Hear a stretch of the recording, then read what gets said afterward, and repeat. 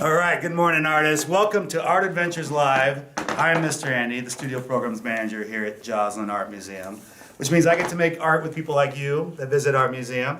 Art Adventures is a drop-in art experience, free for our museum members. It happens every Friday morning here at the museum throughout the year when we're open. But during this time of quarantine, of course, we're still doing what we can to keep each other safe by staying at home.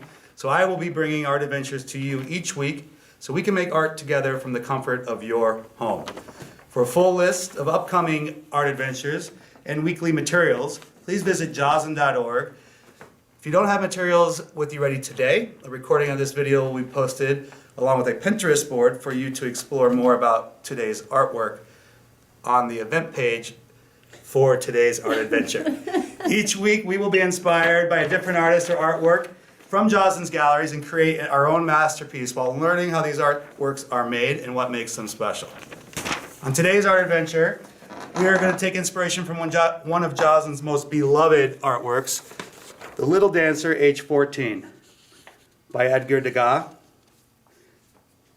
Edgar Degas is well known for this sculpture, The Little Dancer. You can find tiny versions of this sculpture in gift shops all over the world, but he's probably even more well known for his drawings and paintings of ballerinas and dancers, especially his scenes of offstage where dancers are preparing backstage for performances. He often used pastels and oil paint to capture quick moments in time, like the dancers leaping or tying a shoe, lacing up their slippers, stretching out their legs and bodies, or just quiet moments of relaxation or playfulness. Edgar Degas is often considered one of the leading influence on the French Impressionism.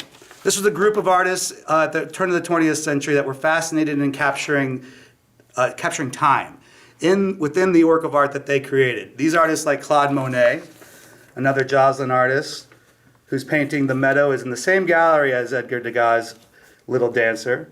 These artists were not interested in capturing photographic realism, but instead used quick and loose brushstrokes, dabs of color to capture the impression of their subjects in a moment of time, fleeting light, sunsets, or long shadows, or, in Edgar Degas' case, the instant a dancer leaped across the stage or twirled on their toes.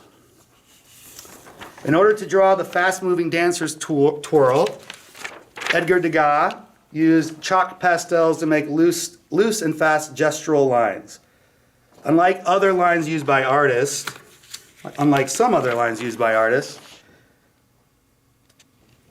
other lines used by artists that might describe the slow and exact detail, these gesture lines are full of energy and are often made very quickly to describe the form of a subject and convey movement.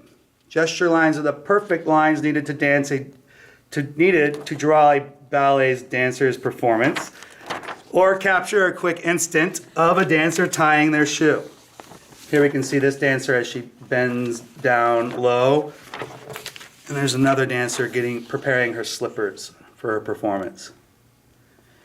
These gesture lines often leave out all the tiny details. So Edgar Degas when he was studying these dancers as they moved, didn't draw all the little details, was not worried about making his drawings perfect, sometimes had to draw parts of the dancer again and again just to convey movement.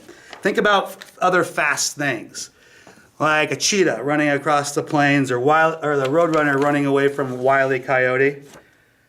When things are moving fast, it's hard to see those things in motion. So like Roadrunner's legs turn into gestural lines.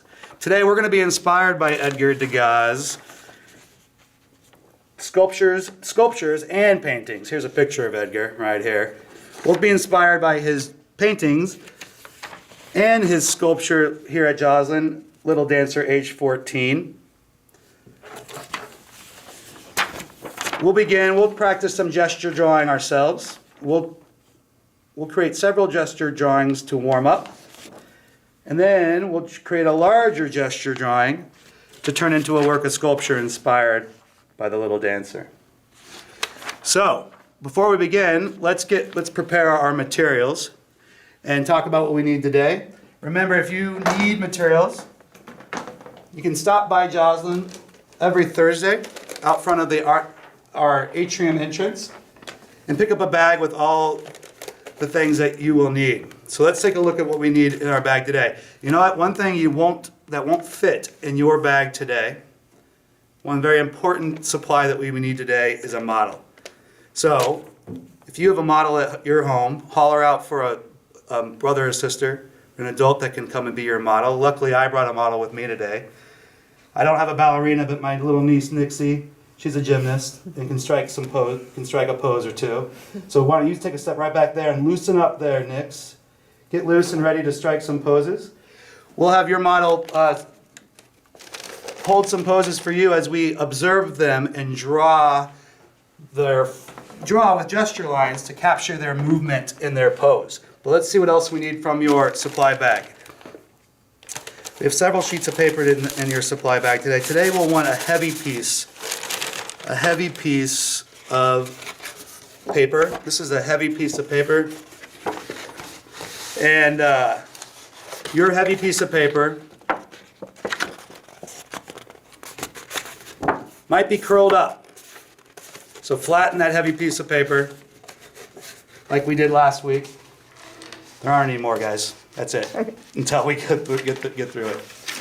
So we'll flatten out that piece of paper and have that ready. The other material from our supply bag is a gray piece of paper. A gray piece of paper that looks like this.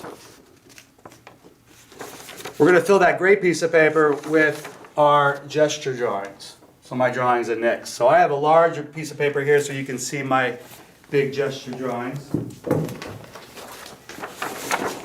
Put your gray piece of paper out in front of you. We're going to use this piece of paper to begin to create our warm-up drawings. And we'll save this white piece of paper for a longer pose.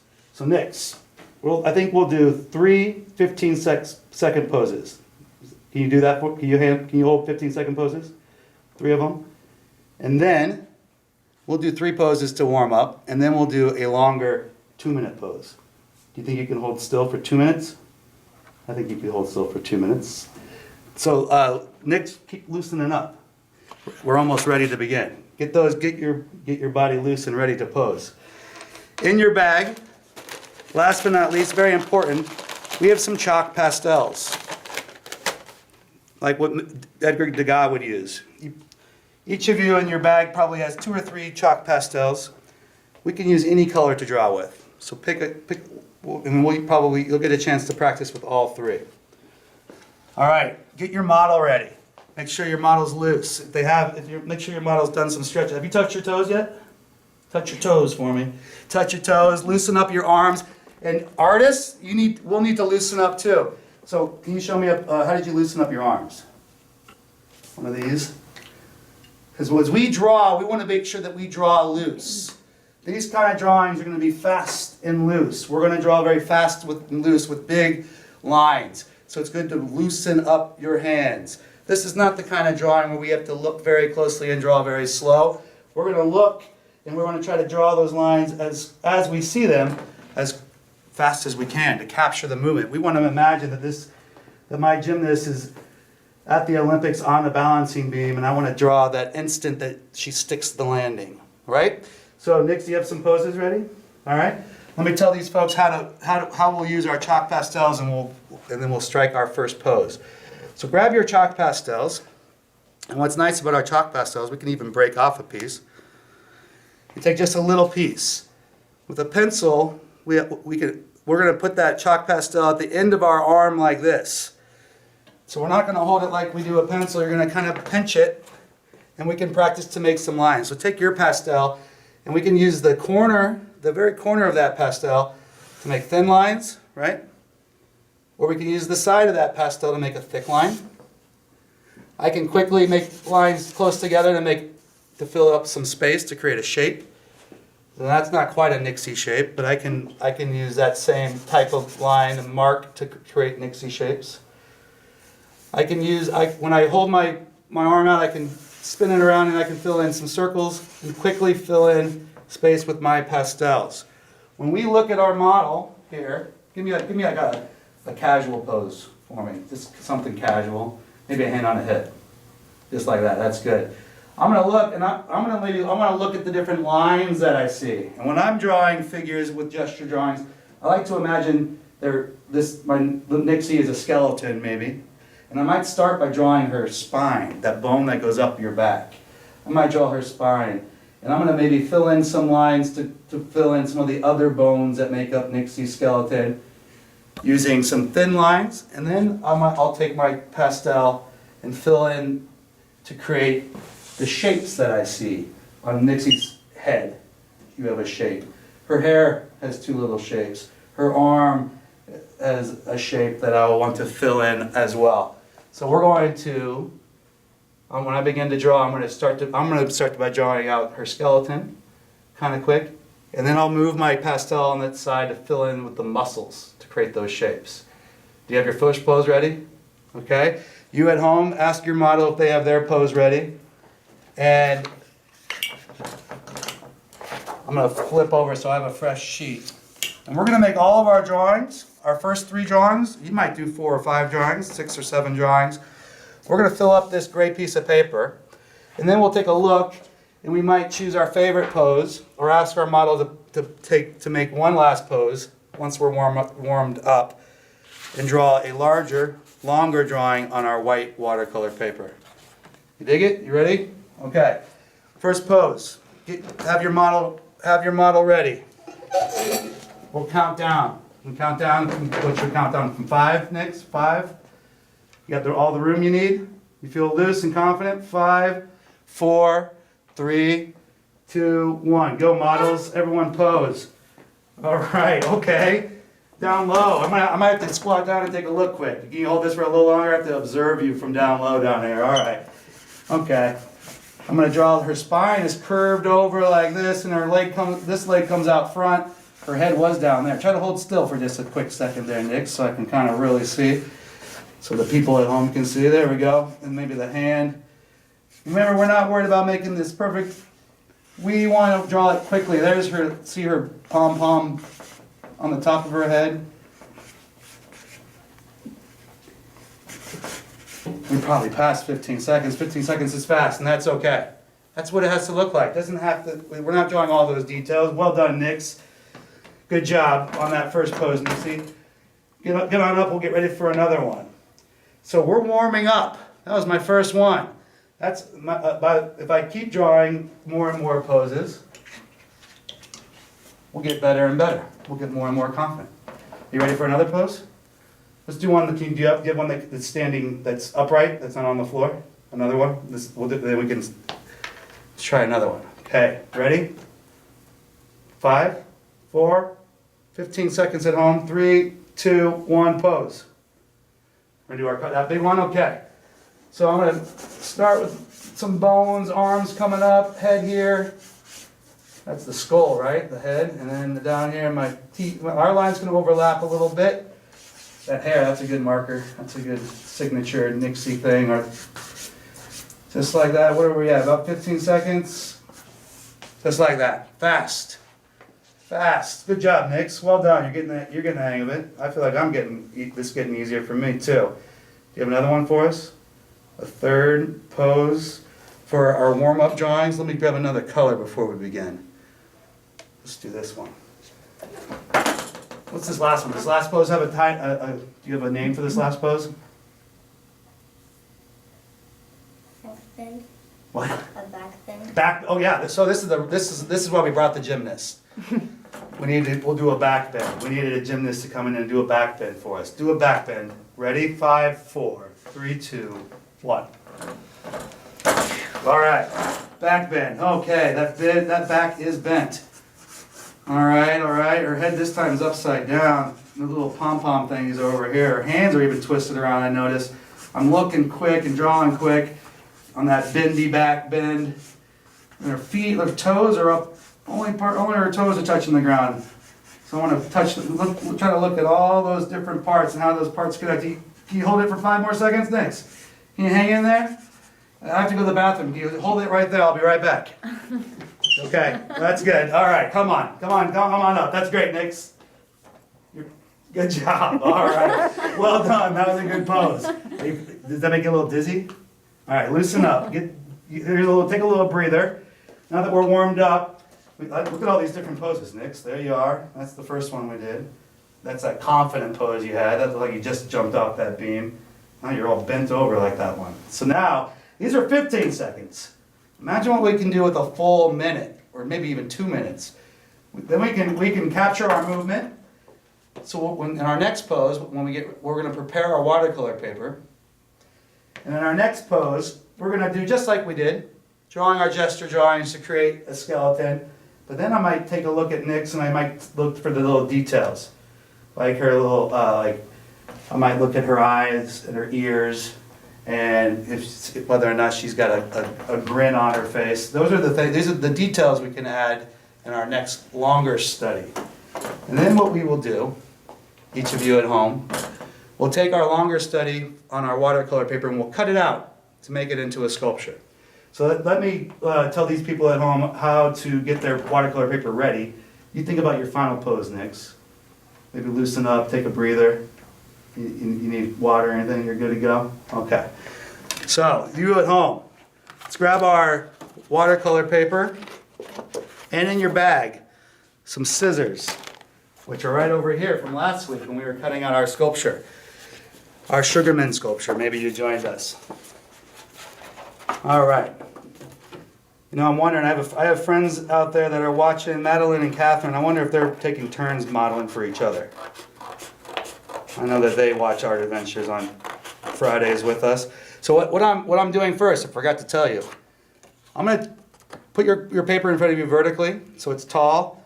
And I'm maybe put down like 2 or 3 fingers on the edge of that paper. And we're just going to cut a straight line. We're going to turn our drawing into a sculpture that stands up. And this is going to be our support. So we're going to save that. That way we don't accidentally draw on that, and then we have to cut away our picture. So now we have kind of our skinny watercolor paper. And on this watercolor paper, this heavy drawing paper, will help our sculpture stand up. So I want to make sure it's nice and flat. And we're going to fill one big drawing of your model. And we'll begin with a quick gesture drawing, but we have 2 minutes. Encourage your model to choose a pose that they can hold still for 2 minutes. So we will draw our gesture drawing, and then we'll use the rest of that time to look closely and draw some of the details that we see. Edgar Degas would begin with drawing his gesturally,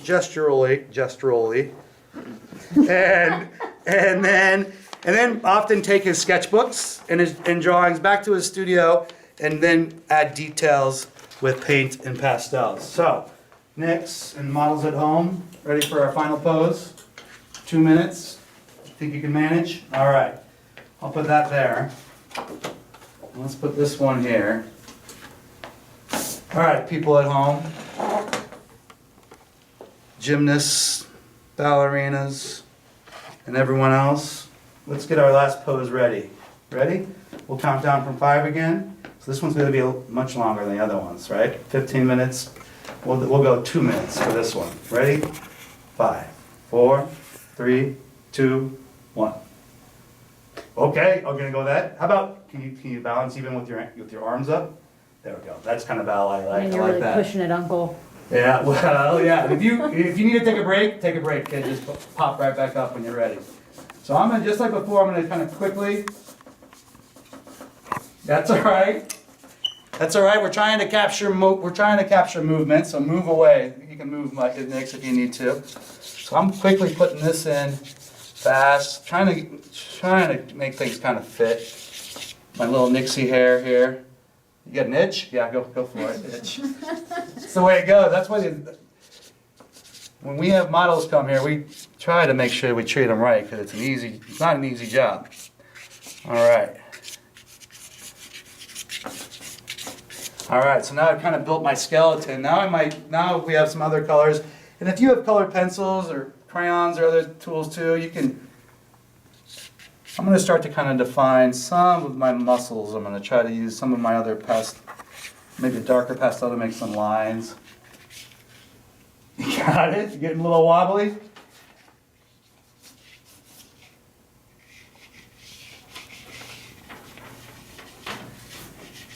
But I'm not worried. We're not worried about making all the details. I'm still drawing fast. We want to capture the movement of little Nixelina here.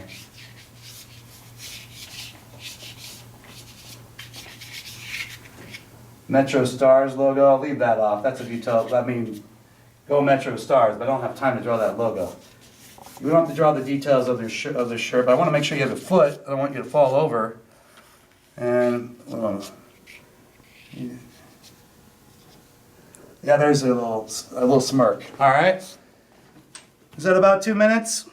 I think that's good. How you feel? You feel maybe we should make that 2 minutes?